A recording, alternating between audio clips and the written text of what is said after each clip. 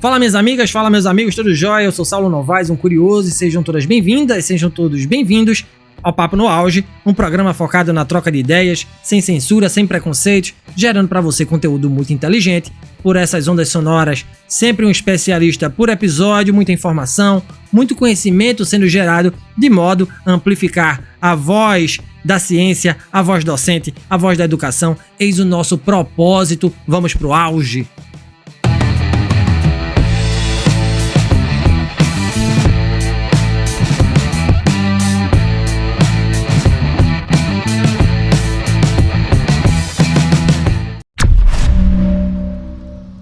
Autoriza o árbitro! Começa o jogo! A história do futebol feminino é um testemunho impactante das disparidades de gênero dentro do mundo esportivo. Inicialmente, a prática enfrentou adversidades, com o próprio presidente da FIFA, Gilles Rimet, declarando em 1921 que o futebol não é adequado para mulheres e deveria ser desencorajado. No entanto, a coragem das pioneiras não pôde ser silenciada. Em 1991, o primeiro campeonato mundial feminino foi realizado, enquanto o masculino existia desde 1930. Este contraste persistente reflete desafios sistêmicos e destaca a necessidade contínua de apoiar e elevar o futebol feminino para a igualdade de condições e oportunidades. Em se tratando de Brasil, a história é marcada por um paradoxo intrigante. Enquanto o país é celebrado mundialmente pelo seu sucesso no futebol masculino, a trajetória das mulheres nesse esporte tem sido obscurecida por negligência e preconceito. Embora as jogadoras brasileiras tenham conquistado feitos notáveis e títulos internacionais, sua luta por reconhecimento e igualdade de oportunidades permanece uma narrativa de resistência diante de barreiras culturais e estruturais arraigadas. Vale frisar que entre 1941 e 1979, as mulheres eram proibidas de jogar bola. Bom, o episódio 148 do podcast Papo no Auge faz um passeio pela história do futebol feminino e eu tenho a honra de aprender com Aira Bonfim. Aira é graduada em Artes pela Unicamp, a Universidade de Campinas, e mestre em História, Política e Bens Culturais pela FGV, atuou como técnica pesquisadora no Museu do Futebol entre 2011 e 2018, atua também como consultora e produtora para entidades culturais e de preservação do patrimônio, bem como no diálogo entre as pesquisas e a universidade, entidades esportivas e as redes populares de articulação e protagonismo no futebol. É co-curadora das exposições Rainhas de Copas, Contra-ataque às Mulheres do Futebol pelo Museu do Futebol, em 2019, e Pioneiras, em 2021, pela Granja Comari CBF. Coordenadora e coautora da publicação infanto-juvenil Histórias da Copa América Feminina pela Conmebol em 2022. Uma convidada, camisa 10, bola de ouro. Bem-vinda, Aira, ao nosso podcast. Que honra te receber aqui neste espaço. Como a primeira pergunta, e é uma pergunta que eu faço é de praxe, o que é que te levou a se debruçar sobre o mundo do futebol? Por que o interesse no tema? E seja mais uma vez bem-vinda aqui ao Papo no Auge. Salve, salve, Saulo. Muito obrigada aí pelas apresentações do tema, um pouquinho da minha trajetória. Eu vou ser muito honesta com você sobre a sua pergunta e o que me aproximou do futebol como uma profissão, né, com esse cargo de pesquisa no Museu do Futebol, que fica aqui em São Paulo, no estádio do Pacaembu, foi uma oferta de emprego, né, acho que talvez próximo da realidade de muitas pessoas, né. Eu atuava como professora dentro de uma rede de equipamentos culturais aqui de São Paulo, professora de artes, né, minha relação com o futebol ainda é muito afetiva, né, desde o campinho de várzea que meu avô, ele já era goleiro. Eu também gostava muito de esporte, joguei muita bola na escola, mas eu acho que desigualdades de gênero dentro do contexto esportivo já se revela aí, né? Acho que as brasileiras dificilmente sonharam viver do futebol, né? Seja num contexto como atleta ou mesmo trabalhar com esse esporte, né? A gente não recebe essa oportunidade, pelo menos dentro já do contexto da minha geração, que é uma geração da década de 80. Então, eu começo através dessa transição, né, da minha carreira, como você mesmo apresentou, né, eu fiz artes visuais, então eu acabo trabalhando com museus, com exposições, e nesse contexto abre-se, né, uma vaga, uma oportunidade em um momento de implantação de um centro de pesquisa dentro do Museu do Futebol, e eu me interessei, eu achei muito curioso, né, eu falei, o que um pesquisador do futebol faz? E também nesse momento, de novo, né, reaparece essa desigualdade, né? Eu tinha certeza que eu não ia ser contratada. Ali tinham tantos homens, tantos rapazes, né? Eram só 3 vagas. E talvez a minha curiosidade, né? Talvez, né? Esse lugar, né? De escuta, né? Desses interlocutores, uma vez que se tratava de uma pesquisa mais antropológica, de ir a campo, de observação, registro, né? De produzir, de alguma forma, registros desde entrevistas, fotografias, né, a partir desse futebol que está fora do Museu do Futebol, está fora dessas exposições, eu acho que foi a característica que me permitiu ocupar essa vaga, então, desde 2011. Então, de forma sintética, é isso que aconteceu com a minha aproximação com esse tema. Uma escolha genuína. Uma curiosidade, professora. Torce para algum time específico ou não? Eu sou corintiana, mas eu nasci em Campinas, né? Campinas tem uma rivalidade muito grande ali, né, entre o Guarani e a Ponte Preta, e a minha família, ela tá, de alguma forma, rachada ali no meio dessa rivalidade. O meu avô, varziano, que talvez fosse a pessoa, minha maior referência em relação a esse esporte, ele era São Paulino. Então ali eu já percebi que existia uma diversidade, existia uma negociação em torno de que clube eu escolhi para torcer. E aí eu vivi, enfim, um período aí importante do Corinthians e acho que eu preferi escolher a minha equipe paulistana, assim, para torcer. Mas eu gosto de futebol. Então, acho que talvez esse seja um item que a gente tenha perdido nesses últimos anos, né? Que é frequentar estádios, frequentar, enfim, ambientes de torcida, cada torcida organizada de uma forma. E a partir do Museu do Futebol eu tive essa oportunidade, né? De ir em muitos lugares diferentes, acompanhar muitos futebols diferentes.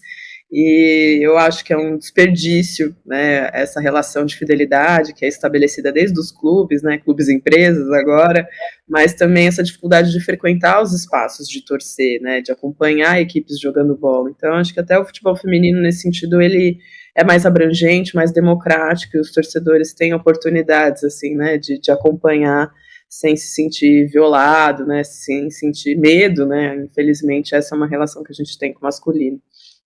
A senhora falou em acesso, né, e a gente ir aos estádios. Eu sou um frequentador assíduo desde 1987. Eu torço para o Sport Clube do Recife, trago essa paixão.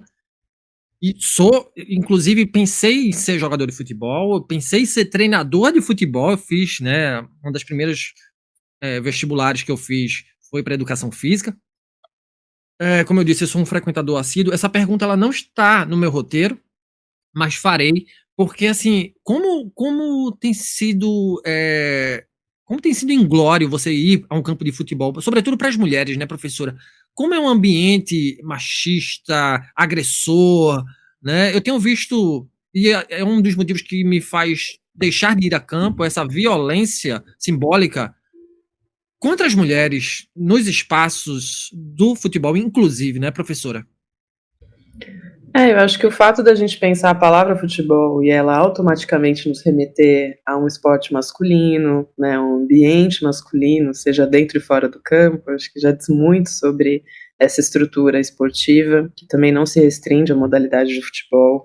Esportes foram criados de homens para outros homens, inclusive homens de uma classe superior à nossa, né, de uma elite. Então, acho que existe um lugar de tensionamento de gênero, mas também de negociação de classe, de raça, desde os seus primórdios, né, de 100 anos atrás. Então, naturalmente, né, já se estabeleceu uma exclusão das mulheres desse ambiente, mas, né, dentro das negociações, a gente acaba reconhecendo, né, que o esporte também afeta as mulheres, né, a gente também quer fazer parte desse lugar.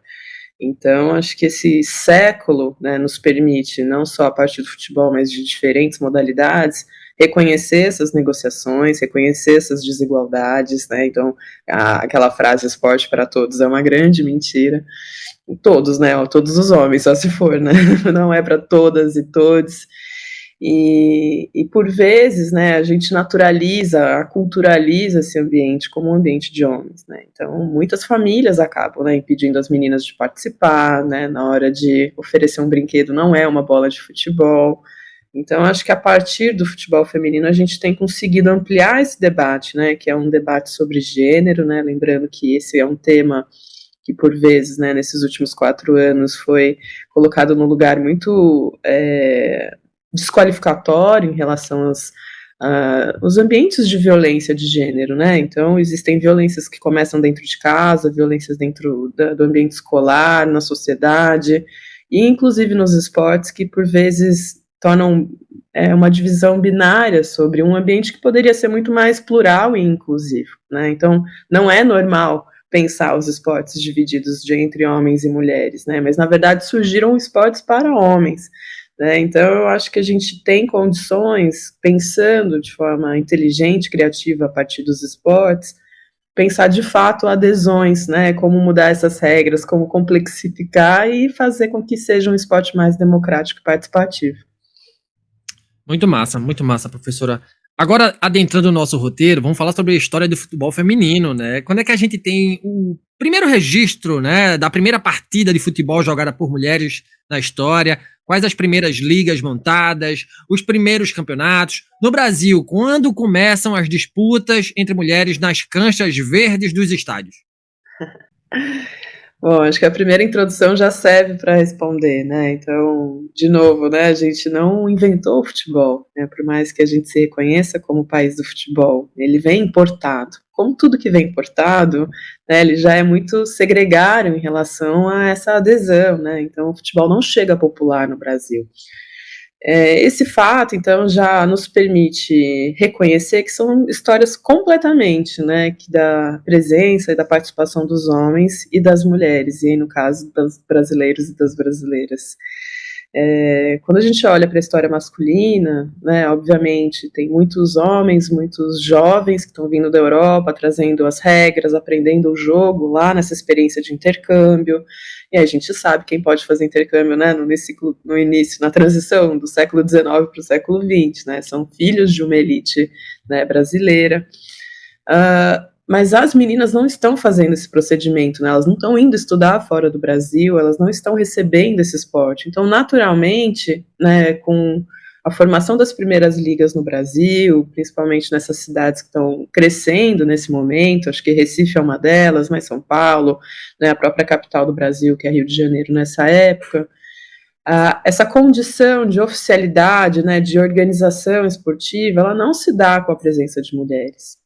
No entanto, é um ambiente de muita afetação, de muito contágio, né? E as mulheres estão fazendo parte desse ambiente esportivo, né? E aí o primeiro capítulo do meu livro eu vou chamar de festas esportivas, porque naturalmente é isso que vai acontecer, né? Em torno de uma partida de futebol masculina, você tinha vários ambientes de diversão, vendendo cerveja, com gincanas, com apresentações teatrais, com bailes, apresentações circenses, né? Então, muitas atividades que envolviam ali uma adesão de públicos e de mulheres que, às vezes, tinham, né, nessa programação uma oportunidade de sair de casa, né? As mulheres estão sendo educadas para o lar, para o cuidado da família.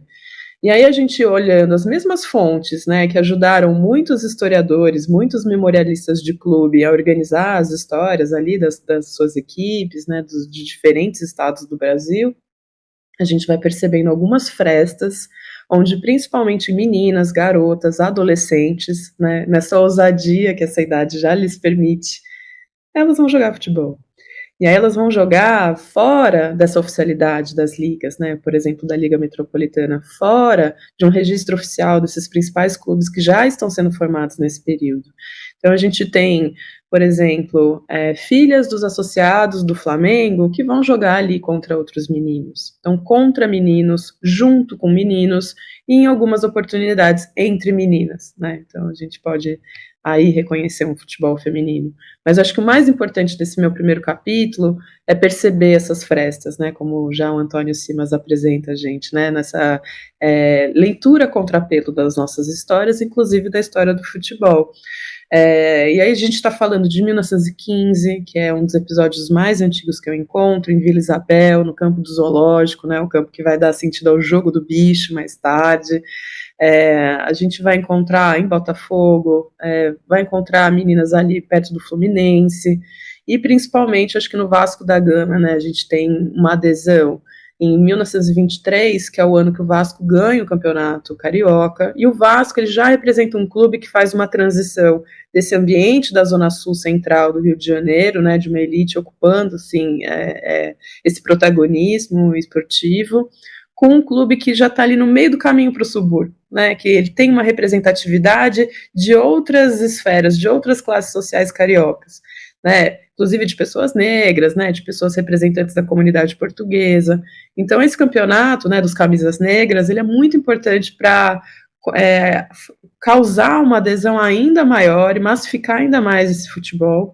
E aí, na sequência dessa conquista, a gente tem vários clubes ou entidades esportivas, agremiações que surgem, né, ou com essa representatividade, né, de Portugal, por causa do Vasco, né, obviamente, mas também as torcedoras fundam, né, uma equipe feminina que vai usar o brasão do Vasco, que vai jogar no campo do Vasco, isso em 23, e aí a gente encontra algumas evidências delas jogando, né, em 24, em 25, até 29, né, com outras meninas que se vestem com o brasão de São Cristóvão. Então são iniciativas independentes, acho que isso que precisa ficar claro, né, não é, de novo, né, o Vasco antirracista, né, como se coloca muito nos dias de hoje, não é um Vasco feminista de forma alguma, mas são essas meninas, de alguma forma, já elaborando a ideia de que elas também querem jogar, né, elas também são afetadas por esse esporte.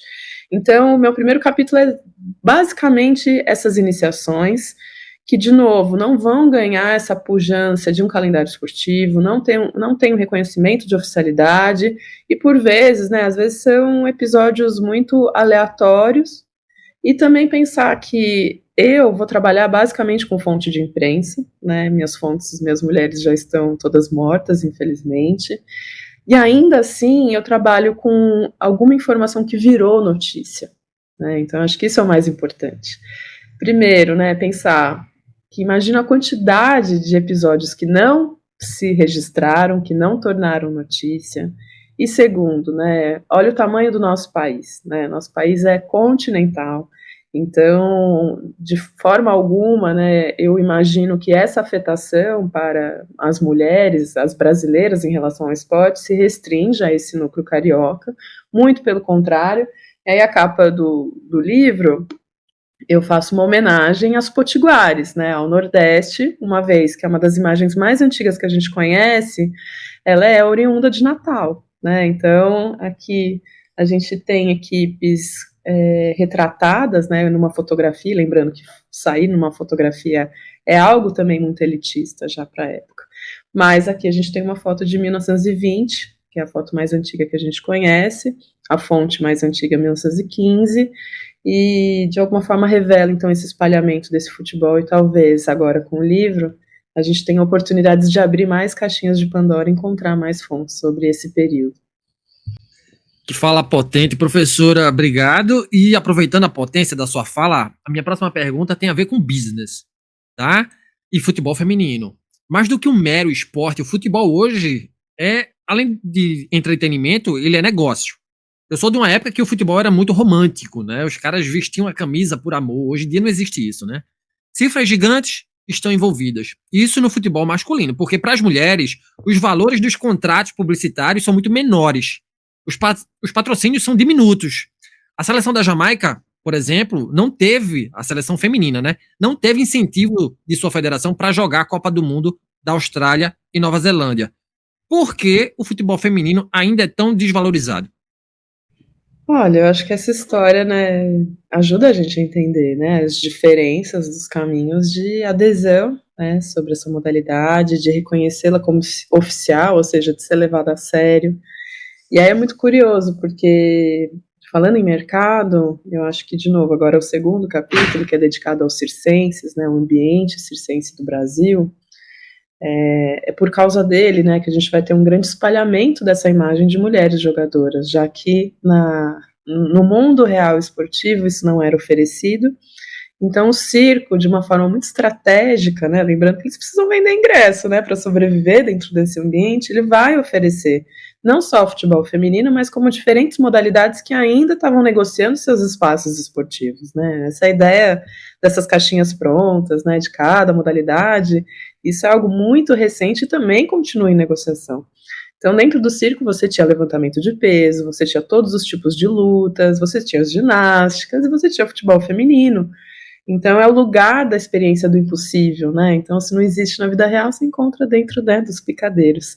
Então, era uma estratégia, inclusive, né, você oferecer torneios onde você podia vender ingressos sexta, sábado e a grande final de futebol feminino no domingo. E, gente, não tem nada mais inteligente do que isso, né? Vender 3 ingressos consecutivos na mesma cidade, no mesmo local. Outra estratégia de marketing, né, é você vestir essas atrizes que vão fazer, né, essa peleja dentro desse ambiente, que já é uma... Olha a estrutura do circo, né, arquibancada, venda de ingresso, iluminação, apresentador, é perfeito. E ali você veste, então, essas garotas com as cores da rivalidade de cada cidade onde esse circo vai parar. Né, de novo, e aí convida os dirigentes, convida os torcedores, né, e adesão de público.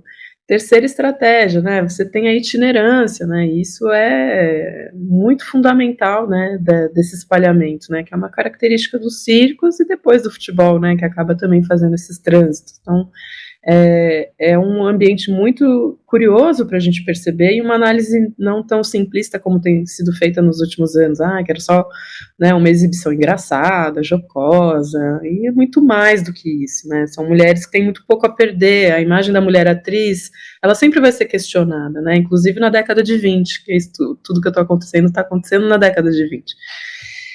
E aí, assim, a sequência desse episódio também é um episódio de marketing, né, de novo, né, porque a gente tem a década de 30 como a grande década de popularização do futebol masculino, onde, então, as elites não conseguem restringir para elas, né, o domínio técnico dessa bola, e aí os homens populares, suburbanos, né, das periferias de diferentes cidades desse Brasil, eles vão começar a sonhar o futebol, inclusive como uma possibilidade de ascensão social através desse esporte, né, fazendo aí uma passagem para essas equipes mais conhecidas do nosso país.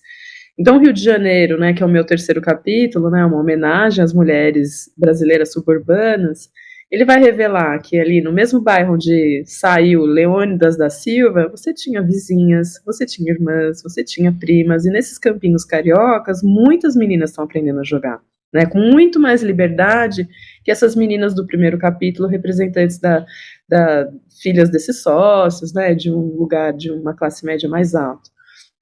Nesse lugar, então, que já existe um circuito de um futebol não amador, porque o sentido de amador nessa época é muito diferente, mas de um futebol de bairro, com as identidades locais, ali a gente já vê essas meninas com muito patrocínio, né, as lojas Sudãs de cigarro, tinha loja de chocolate, de equipamentos esportivos, né, isso rompe um pouco, né, um senso comum em relação à modalidade até os dias de hoje. Você tem já pagamento de bicho, né, que seria esse saláriozinho, né, a partir do jogo de futebol, então essas meninas já estão recebendo dinheiro por jogar. E aí a gente está falando de autonomia financeira na década de 30 para mulheres oriundas de uma periferia carioca, não é pouca coisa. E a gente está também falando de uma adesão de imprensa, né? Existe uma cobertura robusta de uma imprensa esportiva carioca, interessada, inclusive, em oferecer uma novidade para esse público consumidor desses jornais, né? Inclusive pensando as mulheres como consumidoras desses jornais e o público suburbano como consumidor desses jornais. Então, assim, de novo, né, pensando em estratégias de marketing, a história do futebol feminino ele é muito revelador, assim, né, e para a gente diminuir esses sensos comuns sobre essa experiência. Então, basicamente, a gente tem a década de 30 um espaço de tempo onde a gente está tendo Copa do Mundo, né, 1930, como você já adiantou, a gente já tem a primeira Copa do Mundo, a gente já tem Jogos Olímpicos trazendo futebol masculino, a gente tem, né, um crescente, assim, né, desses campeonatos estaduais, Então, esse futebol vai afetar essas mulheres, e aí o que a gente tem é um grande desenvolvimento, inclusive de uma novidade que está sendo gestada. Tem mais de 15 equipes no Rio de Janeiro, elas jogam, né, ao longo da semana, no fim de semana. Tem muitas notícias qualificatórias, né, de técnica, de entrevista com essas jogadoras, né, do resultado dessas partidas. Isso é muito legal de se encontrar, né, que parece um período que a gente desconheceu até outro dia. Ele revela muito sobre a história do nosso futebol. E, obviamente, né, nesse contexto, né, onde esse esporte não foi criado e feito para essas mulheres, essa visibilidade também vai incomodar, né? Então, o que a gente tem no nosso país é uma interrupção desse desenvolvimento, né? Você tem setores conservadores dessa sociedade que não vão admitir, né, dividir esse bolo com as brasileiras. E aí, de novo, não são qualquer brasileiras, né? A gente está falando de mulheres recebendo convites, por exemplo, para excursionar na América Latina representando o Brasil, mas não é qualquer mulher, são mulheres, de novo, representantes desses subúrbios do Rio, são mulheres pobres, são mulheres pretas, são mulheres que já representam no seu próprio corpo essa ousadia, né? E é, de alguma forma, uma afronta, né, um ambiente de um Estado novo, né, de uma centralidade política, né, de algumas definições, né, que são atreladas aos cotidianos das mulheres brasileiras, que, de novo, né, cuidar da família, ficar em casa, né, de serem responsáveis por esses filhos da nação, como se dizia ali no ambiente de Getúlio Vargas. Então, a gente tem um decreto-lei, né, em 1941, que é exatamente mobilizado por esse convite, né, dessa equipe chamada Primavera excursionar pela América Latina, que interrompe de vez, assim, né, esse procedimento. E por mais que esse decreto traga ali, né, no seu texto, que as mulheres não deveriam, né, praticar esses esportes que, entre aspas, são reconhecidos como impróprios a esse corpo, ou seja, a gente está falando de esportes de contato físico, que lê-se todos os tipos de luta, polo aquático, todos os tipos de futebol.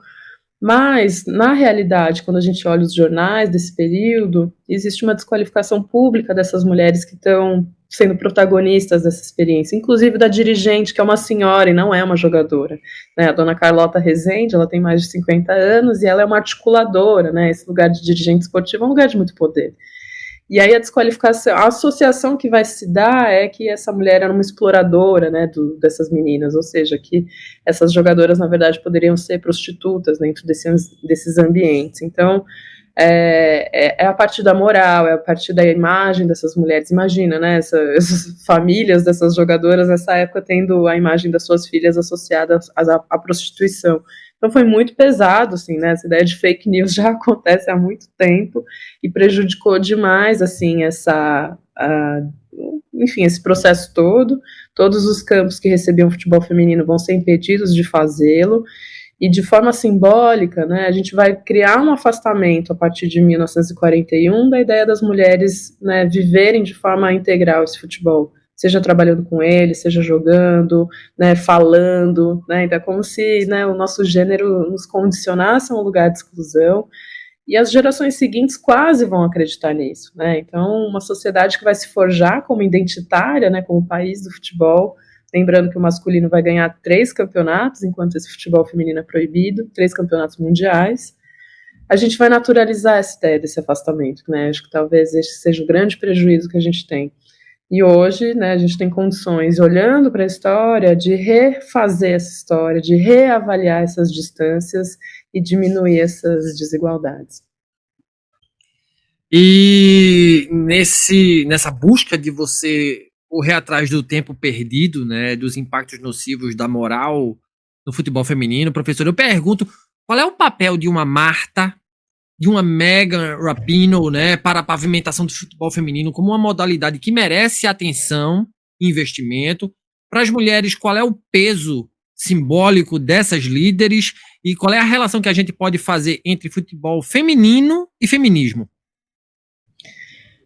Tudo, né? Acho que essas relações são diretas, né? Ele é um futebol resistente desde a década de 50, desde sempre, na verdade, né? Antes mesmo da proibição. Acho que esse corpo, a hora que ele aparece publicamente jogando bola, ele já mobiliza ali, né, ele já causa impacto, ele já causa estranhamento. Assim como hoje, né, quando você ouve uma narração, um comentário de mulheres no futebol, ele também causa um estranhamento, não tem problema nenhum, que depois de um mês passa, tá tudo bem. Então, é lembrar que nesse período, né, de proibição no nosso país, a gente perdeu essas referências, né, então a gente já não encontrava mais nos jornais, né, episódios, nomes, referências sobre esse futebol feminino.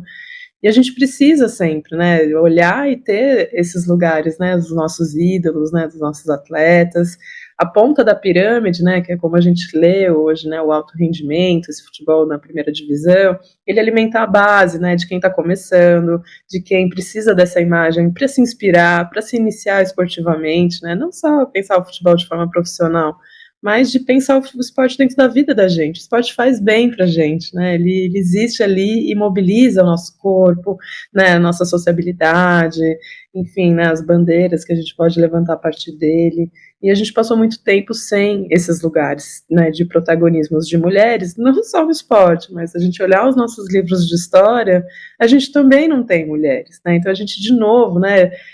De alguma forma a gente passa a acreditar, né, que não existe esse lugar de protagonismo feminino dentro das histórias políticas, das histórias sociais, das histórias das cidades, que é uma grande balela, né? Acho que mulheres são líderes, inclusive começando dentro de casa, na maior parte do tempo. Então, hoje, né, com a referência que a Marta é dentro do contexto brasileiro, do que Rapinoe é no contexto mundial, né, acho que transcende Estados Unidos. Eu acho que é uma oportunidade que a gente tem de reavaliar nossas autoestima em torno desses esportes, né, pensar esse protagonismo, inclusive que lugar é esse de futebol que a gente quer levar a partir das mulheres, né? Eu não acho que o lugar final de chegada desse futebol seja onde o masculino está, mas a gente está tendo a oportunidade de constituir um esporte com capitais próprios, né? Então, obviamente, constituindo um mercado próprio, mais sustentável, mais transparente, mas que leva outras bandeiras junto com si, né? Então, bandeiras antirracista, contra assédio, contra homofobia, onde a gente se permite reconhecer feministas a partir desse esporte, né? O meu processo, né, de me reconhecer feminista foi dentro do futebol, né? Onde vai virando algumas chavinhas e, naturalmente, eu também quero ascender esse lugar de liberdade, né? Liberdade de jogar, de falar, de trabalhar com futebol. Então, como isso não é normalmente forjado dentro dos ambientes de educação, ou às vezes, né, não é dentro de casa que a gente aprende a ser livre, né, eu acho que a partir dessas referências a gente tem condição de massificar esse discurso, né, essas ferramentas de se pensar cada vez mais libertas, né? Então aquela frase que fica muito famosa assim, nesses últimos anos no ambiente do futebol feminino, jogue como uma garota, ela é uma grande metáfora, né, desse lugar de conquista, né? A gente obviamente não quer formar um monte de meninas jogadoras, mas a gente quer que elas sonhem com futebol e a partir do sonho com futebol elas possam sonhar com qualquer coisa, seja presidente, astronauta ou qualquer escolha que elas por vezes não tenham colocado aí no hall de possibilidades de futuro. Uma fala muito massa, professora, muito massa. Obrigado. Eu vou fazer um bloco de grandes perguntas, tá? A nossa seleção brasileira, ela não teve êxito na Copa do Mundo agora, 2023, né? Perdemos na primeira fase. Quais são os aprendizados que ficam desse insucesso, né? Como historiadora, curadora, torcedora, quais são os caminhos possíveis a serem trilhados pela nossa seleção feminina? Quais futebols, como você bem diz, né, você enxerga como possíveis para o Brasil? Como alçar o futebol feminino no país ao grau de importância, né, tido pela modalidade masculina, por exemplo? Sim. Eu observando, né, eu estou envolvida com a modalidade desde 2015, ou seja, né, 2 ciclos de Copa do Mundo. Eu observo, obviamente, um caminho de ascensão em relação ao lugar onde se encontrava a modalidade mundial, não só nacional. E observo, né, que a gente tem, sim, muitas conquistas e o que comemorar dentro desse contexto de Copa do Mundo de 2023, né, acho que a primeira delas, né, é um lugar muito oportuno quando a gente pensa em futebol, que é a imprevisibilidade, né? Então, muitas vezes a gente começava o torneio mundial já imaginando que os Estados Unidos, por exemplo, né, seria mais uma vez campeão. E nesse contexto, onde a gente está qualificando de várias formas, né, seja profissionalmente, tecnicamente, né, empoderando, né, as mulheres que trabalham com futebol, não só as jogadoras, mas todas as equipes técnicas, né, mulheres técnicas também dessas equipes, a gente permite, né, uma maior competitividade de um torneio mundial, com mais equipes, né, lembrando que em 2023 a gente tem 32 equipes pela primeira vez dentro desse torneio, e naturalmente, né, a gente tem um mundo que está melhorando e qualificando, né, esse ambiente esportivo. Então, isso permite pensar essas escolas técnicas, né, e não só a escola norte-americana, que já foi excelente, mas mais do que isso, né, pensar os protagonismos, né, de um mundo globalizado, como o próprio campeonato e o torneio europeu tem demonstrado nesses últimos anos, e um mundo globalizado, né, onde você tem, de repente, uma equipe do Marrocos, né, onde tem a maioria das suas jogadoras que já participam desse circuito europeu, né, que são oriundas dessas equipes desse circuito.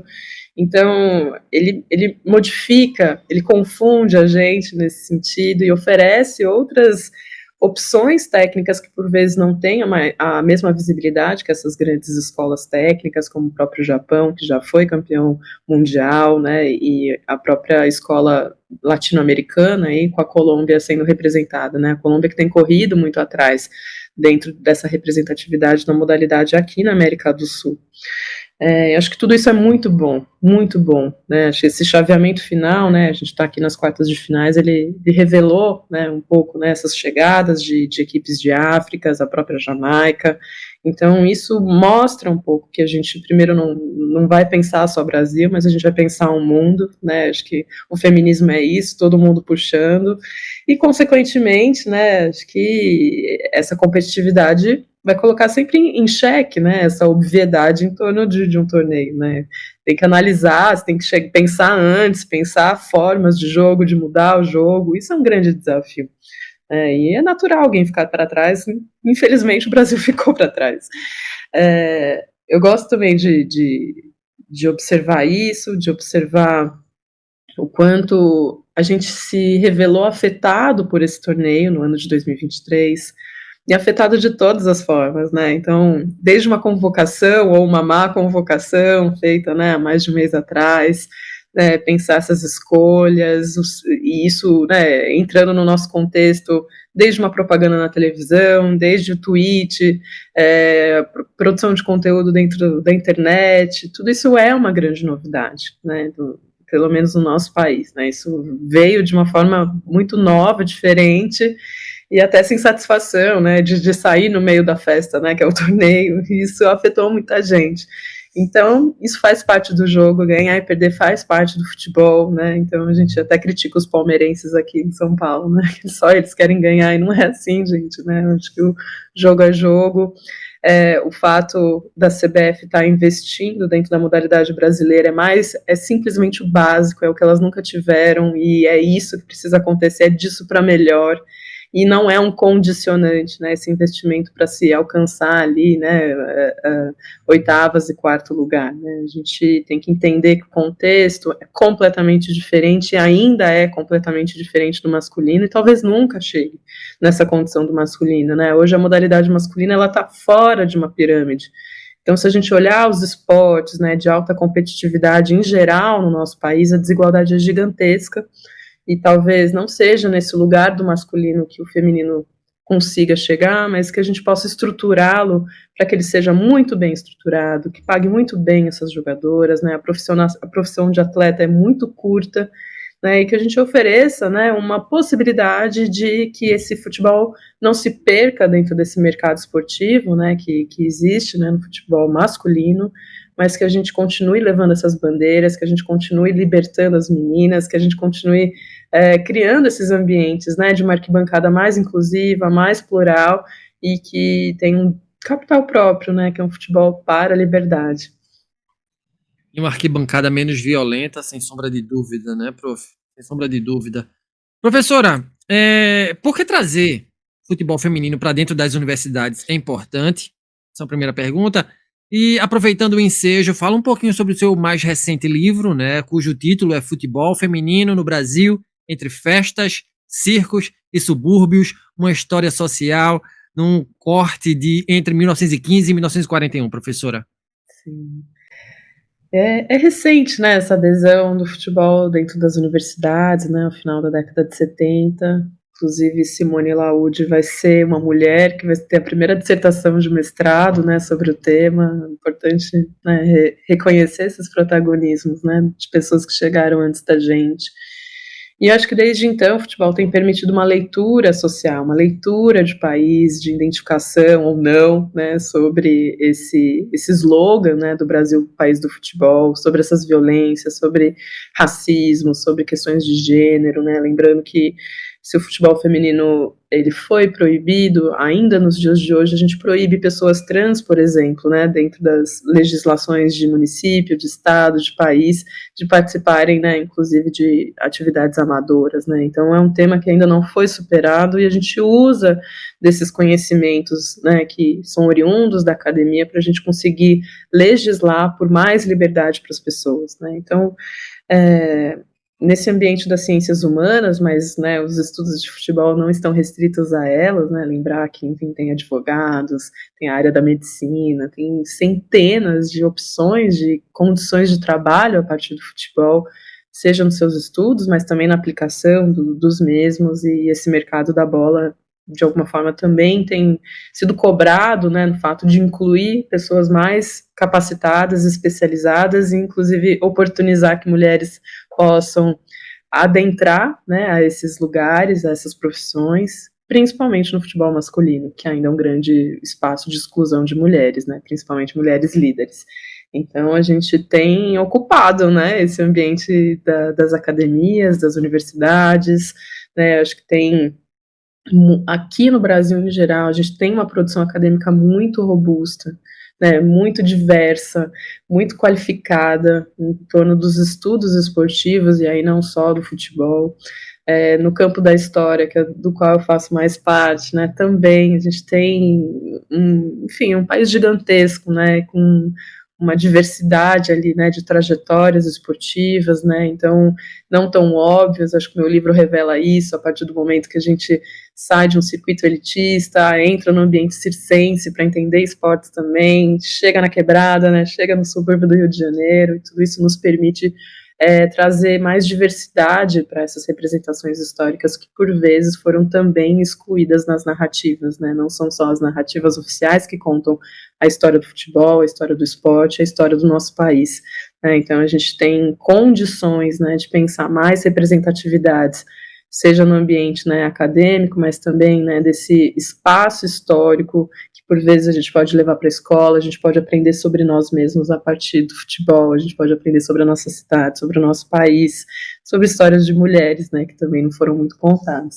Então, eu faço parte, né, desse ambiente, né, então que se diz acadêmico, mas também de um ambiente da pesquisa técnica, que aprende a fazer pesquisa dentro de um museu, né, de um museu que também é um lugar de pensar, de construir, de questionar as representatividades, né, então o Museu do Futebol, ele tinha, né, esse desejo, né, de olhar para a sua exposição permanente, que tinham vários problemas, ainda tem, e olhar para fora e olhar como poder trazer de fato uma representação que uma vez que, né, ele se apresenta como o Museu do Futebol dos brasileiros e brasileiras, aonde estão essas identificações, né? Então tá às vezes no campinho, tá ali do lado da gente, tá no tiozinho que vende ali, né, um canole, né, como acontece aqui na Moca, dentro do estádio do Juventus, né, seja as torcidas organizadas, né, que apesar, né, de todas essas relações de violência, elas também fazem parte desse ambiente.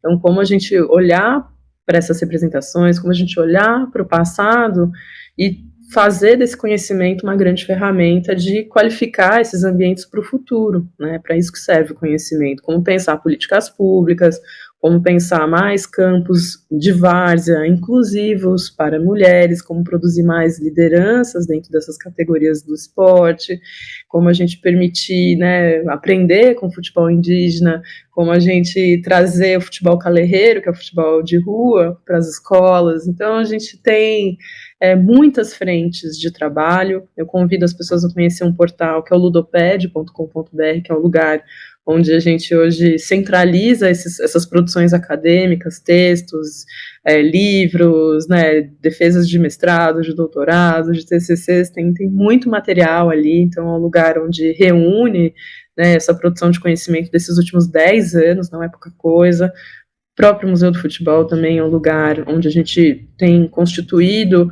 materiais brutos, né, então iconografias, né, fotografias antigas, jornais, literatura, né, tem um centro de pesquisa para acolher pesquisadores, jornalistas, qualquer pessoa, né, que tem de alguma forma uma relação com esses produtos de memória esportiva.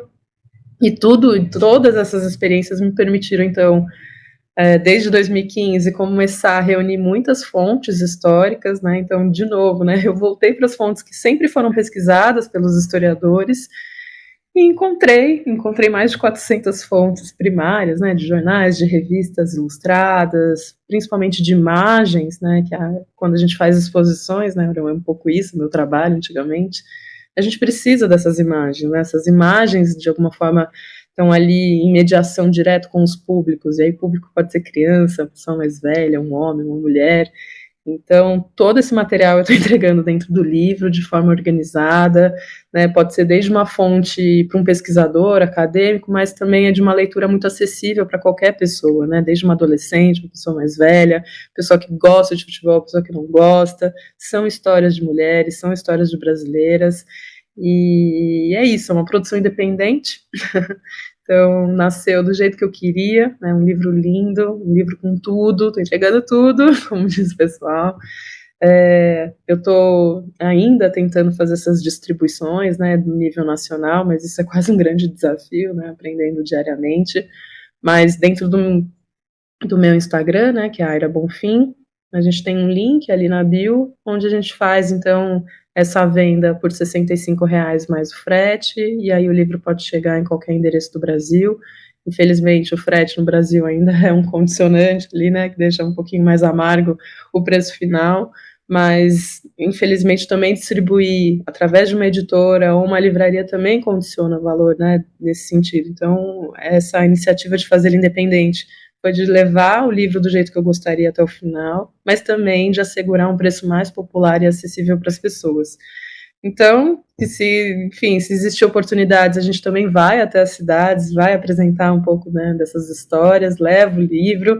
Eu estou nesse momento, assim, vivendo a Copa do Mundo de forma muito literária, né, então, né, carrego os livros comigo e tenho dividido um pouco dessas memórias que nos pertencem para dividir ainda mais para o público curioso.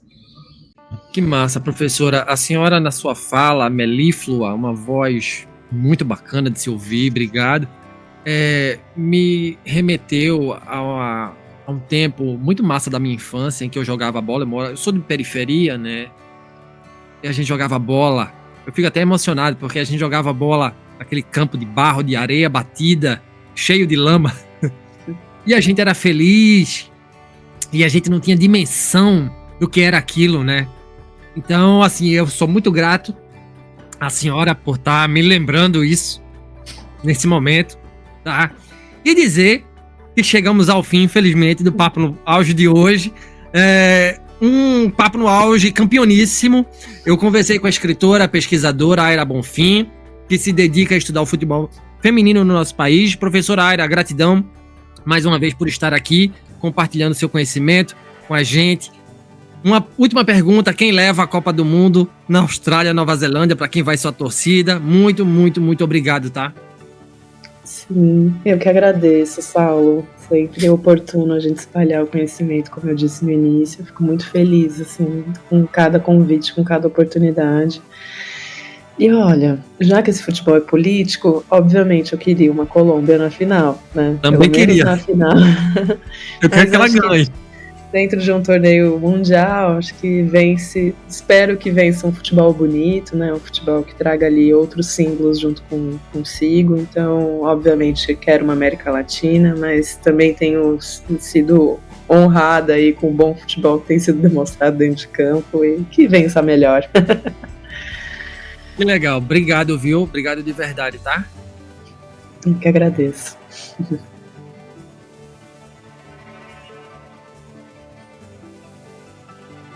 E se você gostou desse conteúdo, não esqueça de avaliar o podcast Papo no Auge nos agregadores de áudio, nos siga nas mídias sociais, no Instagram, @Papo no Auge, no LinkedIn, Saulo Novaes.